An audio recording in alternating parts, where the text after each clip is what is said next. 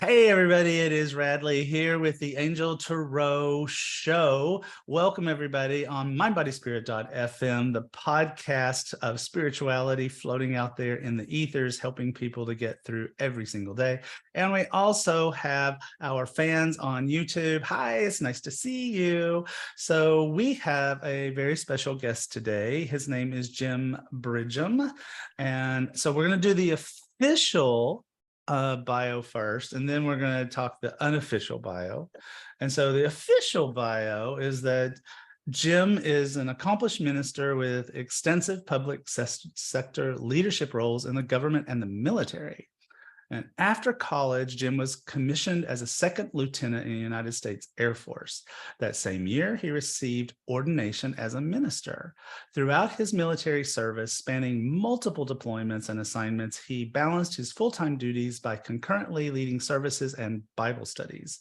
Continuing this bivocational ministry, Jim earned the Master of Divinity and then served both the Air National Guard and active Air Force. And currently he works as a human resources professional for the U.S. government.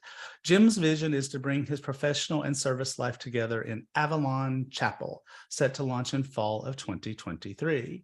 Avalon Chapel will foster an in-person community deeply rooted in creation, spirituality, where the sacredness and interconnectedness of all creativity are joyfully celebrated. At Avalon, we embrace and encourage a magical world. Beyond his professional commitments, Jim is dedicated to his family.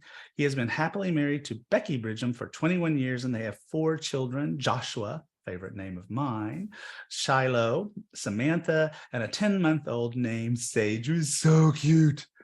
The family also answers to the benevolent rule of 2 Siberian Huskies, Luna and Nala, who are both 2 years old and run their lives. In leisure time, Jim finds solace in weightlifting, teaches yoga, and reads. Now let's do the unofficial one. I sound way cooler in that. I really do. I am. So in a nutshell, most of my life has been military ministry. So I came out of school where I did a lot of ministry work, became a chaplain eventually after going to seminary, and did traditional ministry. And in that time is when I kind of became more leaning towards the metaphysical and seeing how there's a mystical aspect of faith that's really neglected by mainstream religion. It just is. And so I'm here today because I've been a fan of yours and I've been a student of yours since I don't even know when. I think I took the first online class you did live and said, like, this is so neat. You got me through the pandemic. And now I'm using all these skills together as a CAA, a certified angelic advisor, which is great. I'm really honored to be in the first class there here in Denver. We really want to just give people an opportunity to find community and really love of spirit. Yep. So here's my unofficial bio. Are you ready? Yeah, please.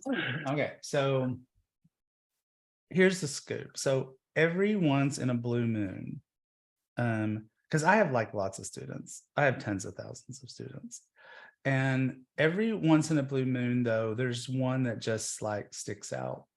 There's one that really just makes you go, wow. And Jim came to a mastermind that I did in Palm Springs, and I asked him to speak about the connection between Christianity, religion, and spirituality and metaphysics. And he literally he owned the room. He took the room, and absolutely every single person in there was in the palm of his hand. And that was when I knew that it was like, I always thought he was a really great student, but then I was like, oh no, this is something different. This is something different completely altogether. And because I think that a lot of people have tried to reconcile these two sides of the same coin, I'll go so far as to say. And but I have never, ever in my life heard anybody do it as eloquently, as compassionately, as intellectually, and yet also as spiritually as you did. And that was the minute that I was like, this dude's going someplace. And I know that there are a lot of people out there on either side of the aisle who would really like to have these things reconciled. Yeah.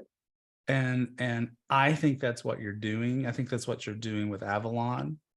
But I think it's kind of like, from my perspective, it just seems like it's what you were built to do.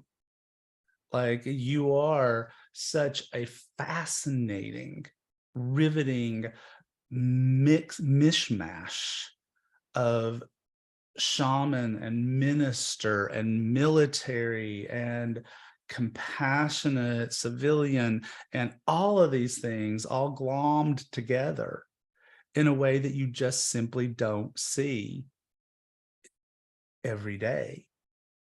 And so that's why I wanted you to be here, because I wanted people to hear you. And so why don't we just sort of start with, I mean, well, whose song is it? Born This Way? Well, I mean, were you just born this way? I mean, Pretty much. I mean, and thank you for that. I appreciate it. That is overstated. Anyone who knows me, I'm definitely not that squared away is the right term, but I try. The thing that's been funny is I was born in Salem, Massachusetts, which is known as the Witch City. It also still has a city witch that you can go to Salem's website and see. And so it was all in that environment of being surrounded by the metaphysical, seeing, readers and so forth, seeing what I would call magic happening, different types and forms, then experiencing the Roman Catholic Church at that point and seeing both. And they were just kind of a normal part of everyday life. And what was interesting, and I started as a youth and see this today, is people who are in the church, attend the church, will say, "Oh, I don't look at astrology or tarot. It's wrong." But then they'll whisper to their friends and they'll say, "Oh, but I did check my astrology today. Oh, I did do a reading. Oh, I did do that." And then the folks on the reading side are like, "Oh yeah, the church is terrible." And frankly, I will tell you, as someone who's been in it for a long time, it's pretty terrible. We beat everyone up, including ourselves. We joke about it all the time. And I can explain kind of why that happens. So I understand and apologize for those who've had experiences, because I'm certainly not immune. But on that side, people will attend church and they're like, they don't tell their metaphysical friends because they feel they might receive judgment for going to a church. So there's this weird place in the middle where we can find reconciliation of both. And my passion is to say, like, why not explore everything? Consider it investigative Christianity, if you will, because really what we're doing is looking at just the metaphysical part, the mystical part of Christianity that's been abandoned by the church. And really both sides need this for a full experience of faith. So you just sort of like, you started in the mystical side, but something drew you to the Christian side. Did your parents raise you Christian in the city of spirit? I don't even know. They were, yeah. So the Witch City, yeah. So I was raised Catholic and had an experience where I didn't know how to reconcile multiple faiths. So I took a class on all the world traditions and just didn't understand why I would need to be moral, which the Roman Catholic Church emphasizes. They have an emphasis on very much on sin, that we're born that way. And I definitely want to come back to that. It's a key point of this. But when I experienced these other religions, Buddhism, Hinduism, et cetera, I said, well, why should you be moral? So I go to college and was certainly not moral my first year. And then I realized that this was getting me nowhere. It's not satisfactory. And I kind of found more of an evangelical faith at that point. And it helped me to kind of find a moral boundary. And the biggest question out of it, and why I avoided the metaphysical for so long, is how can you have a moral boundary in this place where everything goes? And you realize over time that's not the case at all. Like, the more we align with spirit, the more we're not just moral, but we're also we experience fun, joy, beauty, like all kinds of things on that side. Whereas if you're just following the moral path, sometimes you avoid the beauty. You're like, oh, I don't want to look at that. I need to stay here and be very stoic and unhappy. So the more unhappy I am, the more I experience God. And so trying to find that balance was why I kind of started to incorporate both in my life. So this started, so in college, you're like, here I am, and I'm like I'm going very evangelical. It gave you some sort of like solidity, and you're taking classes, you're understanding all the different things, but it's like somewhere in there, it's like, okay, now the pendulum is swinging kind of like to the other side a little bit, if I'm saying it right. That it's like, okay, shamanism, the metaphysics, all of that kind of stuff. So how did that pendulum swing for you? Oh, so interesting. So, first of all, in 2016, I had an experience where I just felt a deep betrayal in my life. It was a Mm. close friend that just betrayed me in a way that I felt like someone had edited my life, that they came in and had changed what had occurred. And I mean, it was the first time in my life I had that deep cry. I don't know if you've ever had a deep cry where you're like, oh, like I didn't know I could cry like that.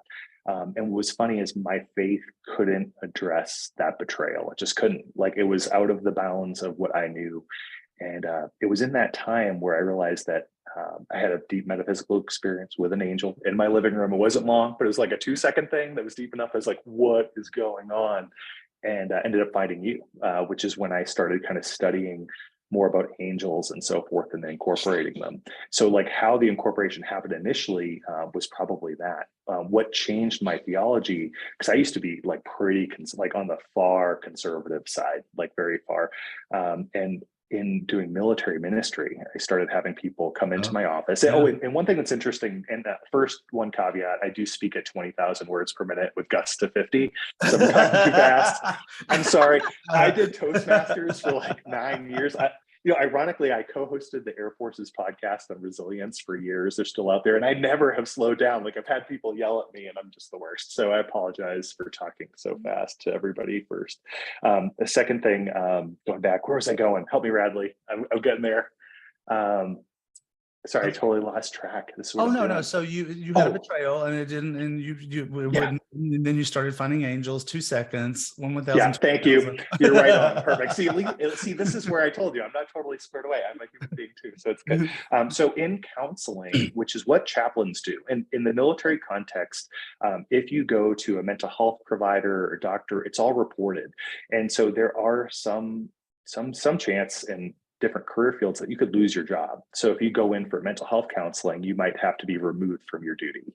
Doesn't happen all the time, but there's a latent fear that people experience who might be special operators, intelligence, or whatever, that if they go and say, I'm just not feeling good, that they could lose their job. And so that fear exists. Chaplains address that as the primary counselors. We have no reportables, unlike clergy who are outside that talk about can report anything, certain things that are not privileged or quiet or confidential. We have nothing. They can tell us anything, and we can't even acknowledge we met with them. That's the level of confidentiality a service member has. So in that, I started seeing people of different lifestyles, different faith traditions, different backgrounds. And my compassion grew because I have story after story of people who tried to implement like evangelical conservative faith to their own pain. If you don't mind, I'll share one. Sure, go I ahead. had a service member come in. She was spectacular, amazing, and she happened to be a lesbian. And she said that I just don't believe this is okay with God. Very committed person of faith, and was going to a church that told her she needed to fast it out of her. That if she just kept fasting, that this would go away. Meaning she had not eaten in an extended period of time, and she was doing like 4 days, 5 days a week, and she was emaciated. She still wore a uniform. I said, "This is not okay." Like at all, and basically spending time showing how she can live an authentic life by loving and accepting herself, and how God accepts her as who she is. But seeing people who took these like draconian approaches to life, like you might think that sounds excessive, but I saw things like that regularly throughout the career, or getting overly medicated to deal with issues that we would accept in normal society, but might not be accepted in that context. So anyway, the point was I developed compassion working with all those folks. Yeah, because it had to have been, I mean, did they like train you for, okay, No, here comes the dude that's like, got no, an out there spiritual belief, and now you got to deal with that? Or does no, that just on the job? not even for pretend. So the military context is pluralistic. So we're trained to accept all faith traditions to ensure their First Amendment rights. However, as far as counseling, like the average Master of Divinity has 97 credits over 3 years in residence, and then a 2-year residency, 1 to 2 year after. In all of that, you get 3 total hours of counseling training. In a best case scenario, you Oh, might wow. get 6. And so I remember thinking to myself, like, I was self-training, like, how do I do this? So all these people are doing, my psychologist friends or social workers, I'd be like, how do I do this in a pastoral counseling situation? So you learn through failure, and you become really good over time. But initially you're like, I don't know. Even facial expressions. Imagine if someone comes in and they tell you, they're in a very complex relationship, which was happened early in my career. They're like, I'm like, what? How many people? And you're like, Right. what? And so The oh knowing my to have, God, look, yeah, or like I can't. I'm I trying can't to count. conceive What's going on this. here? Yeah. So those are that. So in those cases, you also realize that you have a lot to learn about human dynamics. Right. So somewhere in there, all of this started to gel for you, I think, because Yep. I think that the pendulum started to come back to this like center place, and the center place being that pendulum center place being a place that very few people, I think, live. Yep. So people's pendulum are swung over here to the left, or they're swung over here to the right, and there's not a lot of people sitting at center, but somehow you found this place where you're like, this is okay, and that's okay too. Yep. 100%. And I'll explain kind of from a Bible-based approach, if that's okay. One of the things I see is if you ever need an answer to a question in school, you go to the table of contents. And if you're doing a quiz, where do you go? The end of the back of the book, right? That's where the answers are, at least in my growing up. And so I find that the two answers that explain kind of what's going on and why we maybe don't fully understand how we fit as metaphysical people in our faith tradition is first in Genesis. In the beginning of Genesis, God creates everything. And a lot of people don't realize between verse 1 and verse 2, there's a gap. It's called the gap theory. And that there's millions of years of creation before, maybe billions, where God has created everything good. He's like, this is good. And something happens between verse 1 and verse 2. And I still believe that's where Lucifer fell. And you might say, like, where's this going, Jim? I promise, don't worry. Just stay with me. If you're listening, or everybody else is listening, like, please stay with me. So in between that verse is where the fall, which is explained in other areas of scripture, occurred. So in verse 2, God recreates the earth. Now that fall, I believe, affected earth. I don't believe it affected the global situation. So in it, everything's still good. Like all the creatures are good, the land is good, everything's really good. And it's a blessing. God calls it that. It's a blessing. In Genesis 3, again, don't worry, I'll be quick. We won't spend all this time in the Bible, but Genesis 3 is where you'll find Adam fell. He basically, what I would call, turned over the title deed of planet Earth. Now, many people won't have heard that phrase, but if you look in Revelation 5, it talks about this scroll. And of course, we watch scary movies by the end of time. They're always like, oh, the scroll, it's going to break. They're breaking the seals. And instead, that scroll is written on inside and outside. And the only thing that could be written like that is a title deed. And so in Hebrew culture, in ancient Near East, if your house went into bankruptcy, you would write down the conditions of bankruptcy on the outside of the scroll. So you'd have 7 years to meet the conditions. So let's say you didn't hit your payments or whatever, you could come back and own that scroll. So what does this mean? That according to the New Testament, where Paul talks about the God of this world, there's a darkness that's settled over this blessed world. We're full of blessed creatures that are friends, blessed everything. But there's another controlling aspect in the air. And why we're needed. And again, maybe I'm not doing justice to full explanation, so please ask after. But why light workers are necessary, why we work in tandem. So people who what we would use the term blessed or receive the Holy Spirit or the baptism of the Holy Spirit, people who are understanding that they're working with light and light workers, is we're almost a bulwark in or a landing party, fighting like a battle in a way. But it's not a bad battle. We're in a beautiful place, but there's an element of darkness that's trying to take away all of our joy. And that is the quote unquote God of this world. And we have allies to fight them. The allies are the angels. They're here to help us. Now, we're not in a battle day to day, but there's this influence that's trying to take away joy, to make us depressed, to separate us from community. And in that, light workers have the ability to, no kidding, send light. And I've tested this even at that mastermind we talked about. We had people who said, I went to Starbucks after and saw people having conflict. I won't say the person's name, although she's awesome. She said, and so I'm like, I tried it, Jim. So I'm like, I'm sending light to these people. And she visualized light. And she's a light worker. And she said, they stopped fighting. What was going on? It's because, in my opinion, it's nothing to be scared of at all. But it's this idea that we have the ability to share light and to help deconstruct problems around us. And it doesn't take long to turn on the TV or the news, which I don't recommend on any day, because you'll see that there's a proof of there's an element of darkness in a very beautiful place causing challenges. And that's where what I would call like evil pups in. but the evil doesn't have as much influence as we thought. We're, again, have allies, we have friends. And once we realize our power is not just light workers or people of faith, we have a huge ability to actually to impact our society by taking concerted action. So I hope I'll stop here and see what I missed. I know I talked a lot. No. I'm at the caffeine. Okay, so but let's go back just to like so that we like have a full circle for people. Sure. So we have this whole concept that somehow the deed to earth, if I understand what you're saying, Yep. was handed over to loosey goosey Lucifer. Okay, and so now Lucifer has the deed. So how long is the deed for, or we don't know? We don't know. And so Right. Jesus will come back. Now, in the midst of it, what's Jesus's role in this, right? And if Yeah. people who might be against, I know people, again, have had church experiences, please disconnect your experience with Jesus and your church experience. Right. That's a good advice for anyone listening. But when Jesus, who, loved us and died, his role was to basically deep teeth, I don't know the right term for it, but pulling out the teeth of Lucifer. So this Lucifer guy, it looks dark. He's in charge. He has this title deed, which is authority. I want to write that down because I'll come back to it in a second.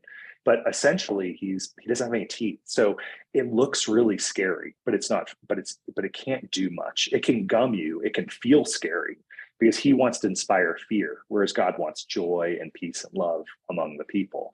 And I'm going to hit authority real quick and come back because that's something I skipped on. My brain's all over the place today. This is what happens when you have a 10-month-old, everybody. Give me grace. So what happens is based on the way Lucifer and his folks operate, it's on authority. And so they have certain authority to do certain things based on it. He has the right to, just like you'd have rights to do things to your property. If you own a house or a condo, you can paint the walls, you can do certain things, but an HOA will keep you from doing certain things. So God has an ability to keep, he's like, maybe equating God with an HOA will offend somebody. But the thing is, he has certain boundaries he sets where, he can't paint the house pink. And in light of being de-teeth, he's just, again, gumming you. It can look scary. It looks like he can do a lot. And I've experienced, unfortunately, this situation in people multiple times in my career and since then, where people can are experiencing negative effects of that, what the icky gooey we've talked about before, folks. However, when you take your authority as a light worker, which you have authority as a light worker, you have authority that you've been given by the angels, by God, to redirect your power to clear out that darkness. You can clear out Lucifer very quickly because his title deed doesn't expand to everything. It just has a certain amount of authority over the planet. He likes to make it look like he has authority over everything and everyone. It's just not true. So when we assert our authority as light workers, we're able to, again, push back against his authority, just like the HOA would prevent you from planting extra trees or painting your house with, bright red. So how did Lucifer get the title, or is that the gap? Great question. So what happened is when Adam was given all the authority over the earth, and he totally bombed out, and we're still have the repercussions of that atom bomb today. So at that time, he essentially ceded authority over the earth to Lucifer, is what many commentators believe. So in that Adam and Eve story is when he did. And so that what's called the new Adam, which is Jesus, will come back to take it in the end of time, but has not taken it yet. So that's why we're in this period of time where things can be really beautiful and great. And then sometimes there's some challenges, darkness, sicknesses, illnesses that pop in. Okay. All right. So what if you're listening, you're listening to the Angel Tarot Show. It's Radley Valentine and Jim Bridgham, and we are talking about spirituality, Christianity, and the mishmash that comes in between those things. So let's just say, for grins and giggles, that well, no, I'm just going to directly ask you. So it's like I have a real conceptual challenge with fallen angels. Okay. Mm-hmm. And the reason that I know, so the reason that I do that is because I feel like it puts God in a box. It limits God. That God is God can't even keep control of his angels. He can't keep them from running amok. And that it creates this situation where the divine is very limited, and doesn't have the ability to hold that under control. And so for me, I look at the world and I go, well, we have free will. Mm-hmm. And so it's not so much about angels running amok, it's us running amok. Mm-hmm. And God's just kind of like hanging out going, oh, aren't they cute? I hope they get their act together. And in the meantime, there's this wonderful planet over here named Paradine. I'm just going to go look at that. And so I struggle with that whole concept. So, but does it even matter? Because metaphorically speak, can we look at this as a metaphor and go, okay, well, whether the title was handed over to a angel named Lucifer, or whether it's just our free will, is the story the same? Or what are your thoughts? Great question. And so Joseph Campbell was a mythologist in the 1980s, and he Yep. came up with this idea of the hero's journey. And Yes. I actually think the reason the 17 steps of the hero's journey, and I'm going to answer your question very directly in an indirect way, like I normally do, well, which is how I roll, right? But what you'll find is it resonates with all of us. It's why we love Star Wars, why any show that uses this in the arc, Lord of the Rings. I'd argue you can find it in Star Trek. If you haven't seen Discovery, you should. Anybody's listening, I know we've talked about it. It's great. I love it, at least. Worlds. Oh, Strange New Worlds is awesome too. Oh my God. Anyway, okay. But anyway, back to this is that it resonates with us. Like, we know that there's a story. We're like, oh my gosh, like I was born to do something great. I believe this, that the reason God allowed that to happen wasn't that he was like, oh no, it happened, it wasn't in the plan. Like, I think he knows this is going to allow for my kids on earth to be able to grow. Like, there's going to be challenges and difficulties. Maybe it's dealing with the unhoused or dealing with people who are experiencing some kind of illness. It gives light workers the opportunity to grow, and we don't grow without challenge. So when I think of it, it's almost like setting up an obstacle course. If you've ever done like a Tough Mudder or the Gladiator one, I forget the name, I should remember, the Spartan races. A Spartan race, those obstacles were put there with intention. Like, they take time, sometimes 24 hours. God bless those people going through mud to do it. And what you'll find is it makes you stronger when you know you've overcome things. So I think the reason he's here isn't because God didn't have the authority or know what was going to happen, but he did it to make us stronger, to allow us to find those heroes' journeys where we have to face some kind of obstacle or challenge and emerge stronger. One of my favorite illustrations for this, because unfortunately our family has a lot of folks who've suffered with breast cancer. And what's funny is, if you ever met a breast cancer survivor, you'd never wish this on anyone, the whole thing, what they went through, but they are the strongest person you'll ever meet in your life. You're just like, oh my gosh, like they will walk in a room and be like, I am here because I can accomplish anything. Like, you're right. And so that is a huge challenge, obstacle. Like, I'm not even doing justice to defining it, but now they've become stronger. So I think the purpose of them being here and allowing this title deed isn't that he could come back and get it now, but to allow us to grow, to know our own power. Okay, so does that mean that God and Lucifer are in cahoots? I think God's in control of everything, and I don't think Lucifer would agree with that at all. Oh. So that, yeah, I think he thinks he's still got this. That's what I think. Okay. All right. Okay. So, so even if it's like we don't do the whole angel thing, we can, or the whole Lucifer thing, we can still look at this whole thing and go, Earth is a battlefield. It's like, now and maybe not a battlefield, but you could even say like an obstacle course. So obstacle course, that's better. You're for right. people. You're right. That's better. You're right. It's an obstacle course. So do we believe in other planets with people? I absolutely do. Of course you do. So here, let me throw something in there. Yeah, so if you look that gap, so the gap 1112, in theory, if it happened, again, some people disagree with it, the fall affected our planet, but we don't know that gap. That could have been billions, trillions of years. And I actually think this is timely if you're seeing what's going on in the Senate and the House, even the last week, looking at unidentified flying objects, which has been incredible testimony and an incredible statement. That was joint statement yesterday about what's going on from the Senate. And why I bring it up is, in theory, you could have other planets, other solar systems that have been going on forever. and we're like the babies. I mean, in comparison, because it doesn't seem to have affected that. And so my theory is they've been developing much longer, hence all these videos that have come out in the Senate and the House are just incredible. They might be visiting us, and again, a very advanced civilization. So I do believe that there are other planets. And just so you know, I'm not crazy. C.S. Lewis, who's a famous author, wrote the Narnia. He wrote a series. He wrote a 3-part space series.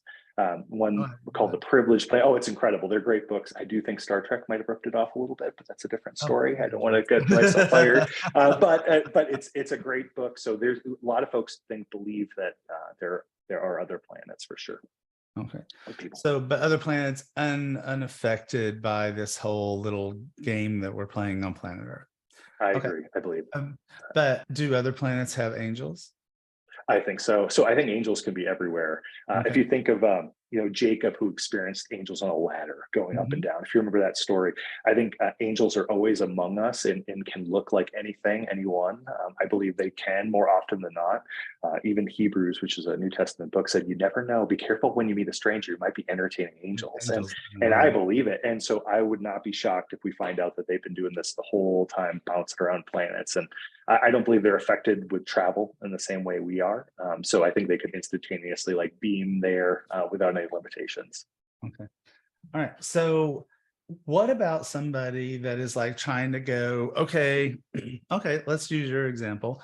I go to church, but I don't want my metaphysical people to know. And I don't want my Christian friends to know that I'm taking Radley's CAA class, because I see this all the time. I constantly see it all the time where people are like, I want to do readings for people. I want to help people in that particular way. But I don't want my family to know. And so I'm going to make my profile picture a mandala, and I'm going to say that my name is Rainbow Grace. And I'm going to try to hide from, these people. So how does someone live a life that reconciles these two? Cool. So I'll talk externally and then internally. So we write that internally so I don't forget, because there's 2 parts to this. One, people can actually feel almost guilt-ridden by doing it on either side of the fence. So one, I'd find points of contact. If you're in a church that recognizes angels and talks about them, you might not talk about angel tarot, but you could talk about angels. Be like, oh, well, I was talking, I interacted, I believe I've heard from Ariel or Uriel or whatever, and see if you can find those points of connection. And that's one of the best ways to do it, because they may never be into tarot. They won't understand it. I know people who are atheists that if you tell them you do tarot, they'll be like, oh my gosh, it's evil. Like, what are you talking about? How does it work? But I think finding the points of connection internally, and then I'll come back to that too. I'm going to bounce to both. Internally, it's looking at history. The mystical aspect of faith has largely been lost in the West. It's still present in the East, but when you look at the West, there's a huge tradition of mystics who, Eckhart comes to mind, Julian of Norwich, is it? I'm losing last name right now. But when you look at all these folks in history that have these amazing testimonies, oh my gosh, Teresa of Avila is another. Teresa of Avila was a nun and one of the first female published authors, at least in the modern age. She published a book as a nun about these 7 mansions that people would go through. She never traveled to the East, had no knowledge, and that you would get to know Jesus better as you progress through the 7. When you match those 7 up with the chakras, it's crazy. It's worth it. After this, go look it up. You'll see. But why am I bringing it up? Is those points of connection help you externally, of saying you might not be able to say chakras, but you could go and say oh, I read Teresa and I feel like I'm connecting with this mansion. You're just speaking a different language. But internally, again, the mystical review, and then origins, the tarot is very interesting. Like we've talked about, it comes from Tarocchi, likely Italian, but there's some interesting history. And at some point I'd love to go into where I think explains why it's viewed so negatively today. And I think once you understand it, if you have any guilt about doing tarot while you're in the faith community, that'll evaporate very quickly. And on the other side, if you're in that metaphysical piece and going to church, finding points there that you can tell your folks about, community, sharing the table together, having a common meal. That's really the point of Eucharist and things. So we're finding those points of connection using language that each side uses. Am I making enough sense? I hope I am. You are. You are. Okay. You're basically saying that I can't help it. I'm making an analogy to Gatum because just for me, because it's like coming out of the closet is the way to foster communication. Because when people understand that they know and love a gay person, then maybe there's a way for them to like open their eyes a little bit. So perhaps if they figure out that they love a new age person because the new age person came out, maybe that can foster some sort of understanding. But I also have experience with my students where it's like the opposite happens, where they become ostracized, because I feel like the one of the primary differences, and you can tell me I'm wrong, primary differences between the religious communities, not just Christianity, but the religious communities and the New Age community, is the New Age community is a little bit like you said, anything goes. And the religious community is very set in its ways. It wants to say, no, it must be this way. And it must be this way. You're Muslim, it must be this way. You're Judaic, it must be this way. You're Christian, it must be this way. And this whole belief system that is ingrained in all of those, even though they're related to one another, but is that that if this sense of we have to save people, and if you're not on the right side of this curtain, then you are doomed and you are lost forever. And when in reality, we're just talking about one language that metaphorically speaks Japanese, a language that's another one that speaks German, and another one that speaks French. And if they just had a decent translator, maybe we wouldn't have this problem. Yes. I mean that, frankly, like you hit the nail on the head with everything. It's just, we're using different language for the same thing. The problem is people get really, like, they get so defensive talking about, I just did a wedding a couple of weeks ago here. At the wedding, a person came up to me and they're from a mainline faith tradition. I'm in another one right now, at least. And maybe after this video goes live, I won't be, but who knows? But what's funny, I'm joking, but I'm aware and know I'm making the leap, so it's okay. And they were just so defensive about so many things. And I said, how are you? Like, I was trying to look at his heart, because rather than get defensive about the way he viewed me and how I approach things, it's like, I know that when people are lashing out at us, they're experiencing pain of some kind. I just believe that with all my heart. And so I'm trying to view it with compassion. And when we talk to folks on either side of the fence, having compassion for where they're coming from, like maybe they're in that religious system where this must be true. And like, you have to just have compassion that there's a reason for that. And so rather than to convince them, just love them, take care of them. And I found people have changed over time and come to both sides and come to a middle ground. There's actually a book which is related to Avalon Chapel. It's called The Mists of Avalon. And the author was very, very metaphysical. And at the end of her life became an Episcopalian and was totally good, but still owned her metaphysical stuff. Like, over time, I think we come to a central area where we take both of these together and find a mix in our own life where it applies.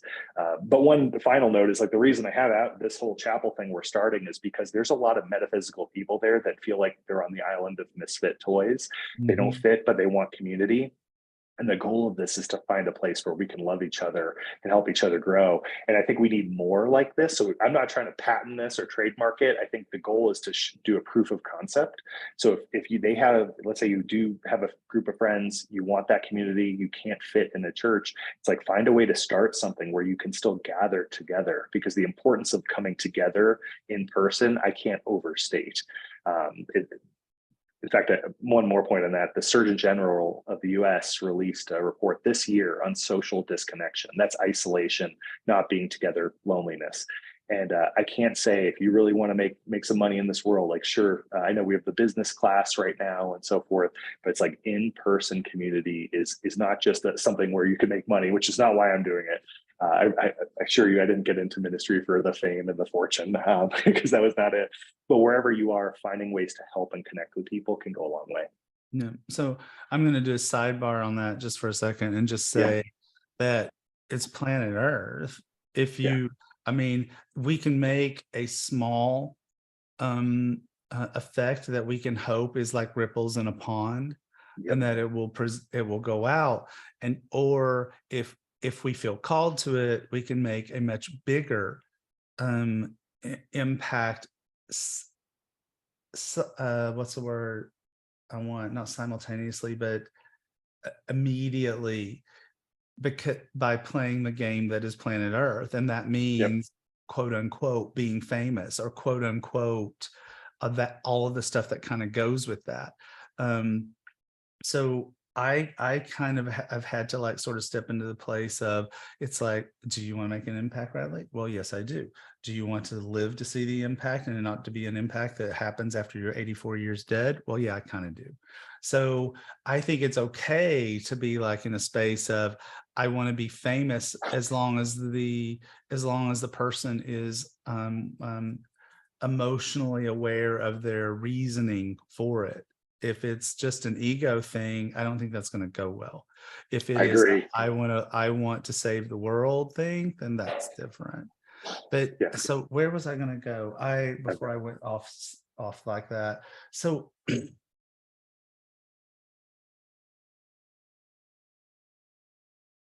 I lost it. I think that part of too about what you're talking about that matters so much is that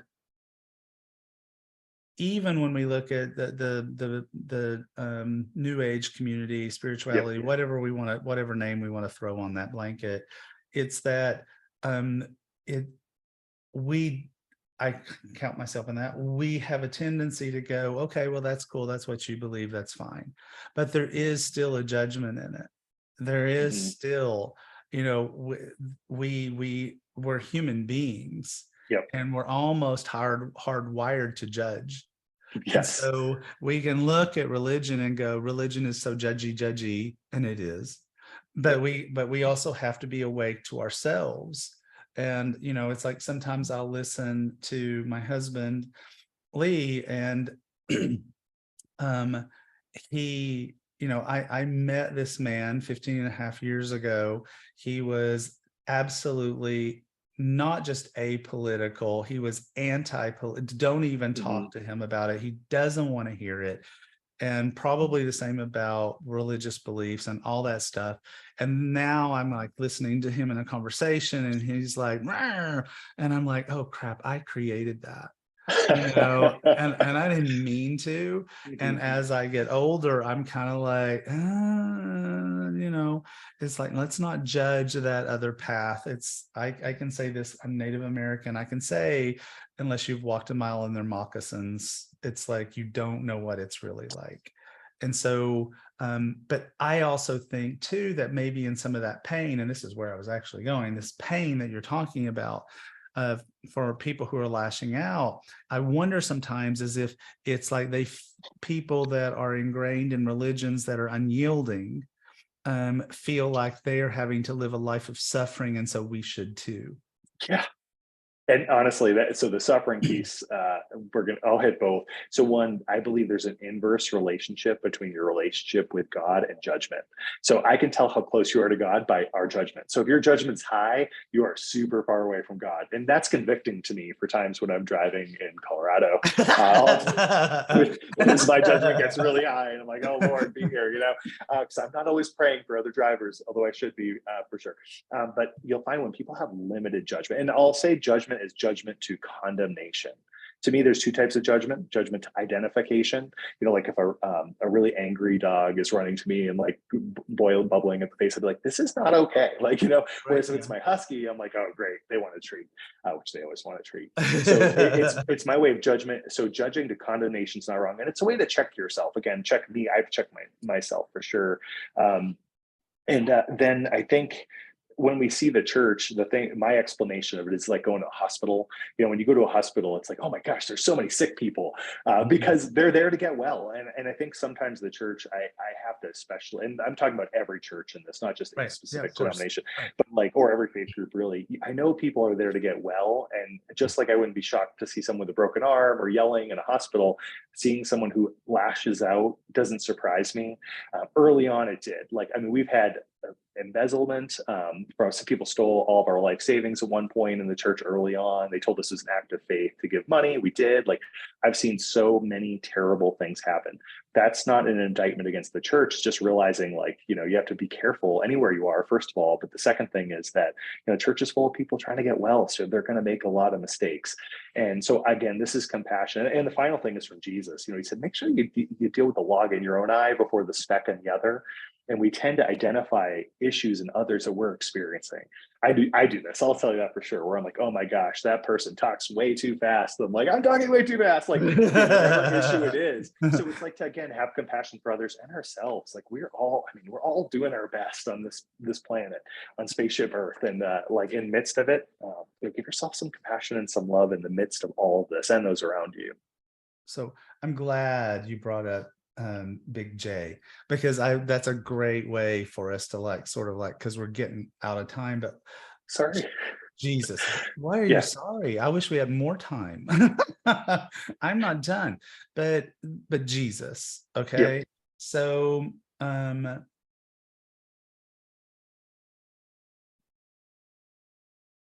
I still have challenges. Okay. Mm-hmm. So the whole I'm challenged by the Bible. I still look at the Bible and go, interesting story. I like Jesus, but I lump Jesus in with Kuan Yin and any saint you want to list. And maybe he's the Michael Beckham of the group. Okay, maybe that's the only sports person I know. Okay, he's cute, but maybe he's the Michael Beckham of the whole thing. But any Buddha, I put them all together in there. So I get challenged by the whole concept of putting Jesus in this place that's above other masters that people look at and go, oh, well, this is my master, or that's my master. It's a little bit like being, well, I'm team Spider-Man, but I'm team Batman. It's like they're all in the Justice League. Maybe. I don't even know if I did that right, but they're all. You're good. Keep going. It's like they're all in the same group, and it's sort of like who you're called to. But do you think Jesus is more? So I do think so. And I think the reason being is I believe he was pure love. But when you look at his life, there's two ways to look at his life. So one, if you look through Paul, so Paul, an apostle, wrote most of the New Testament. Right. If you look at it, I do think he was still wrestling with certain things. Remember, he had converted from Judaism. He was on the Sanhedrin, meant he had 2 PhDs equivalent. He was also likely married, but that's a whole different story for a different day. To be a rabbi in that day, you had to be married. And to be honest, you can extrapolate that. I won't do that in this call in our limited time, but to be a rabbi, you had to.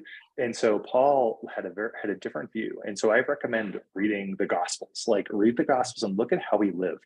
And when you see somebody who lived with such love and sacrifice, like someone who give his life for other people, like I sense and see God in that so much. And I think his whole point of coming here was to show us not just a way to God, but also like just how to live with love. I mean, look at how he treated little kids, how he treated women. Like at this, some people still will look and rebel back, but at this point, women were not treated as equals at all. And he treated them not just as equals, but sometimes above equals. If you ask Megan Watterson, who's a spectacular theologian, in fact, she just had a deck come out today on Mary Magdalene last night. Yeah, it's a spectacular. Highly recommend it.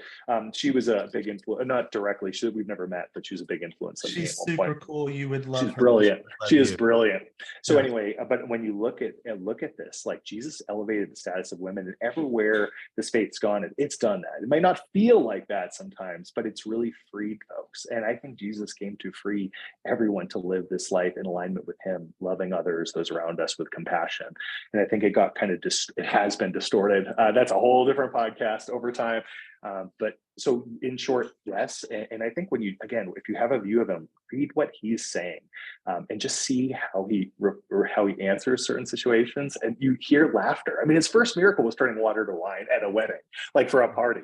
Like this guy isn't somebody that's going around like judging people. Like, and his mom told him to do it. It's like, And she's like, just do it. Listen to him, like you have to think like this is not a culture Aw. where we're like, he wasn't walking around like this at the wedding. You think he was there for days, probably dancing, having fun, like this is a real life that lived and with such love and compassion. And so for me, that's what I see in the life of Jesus.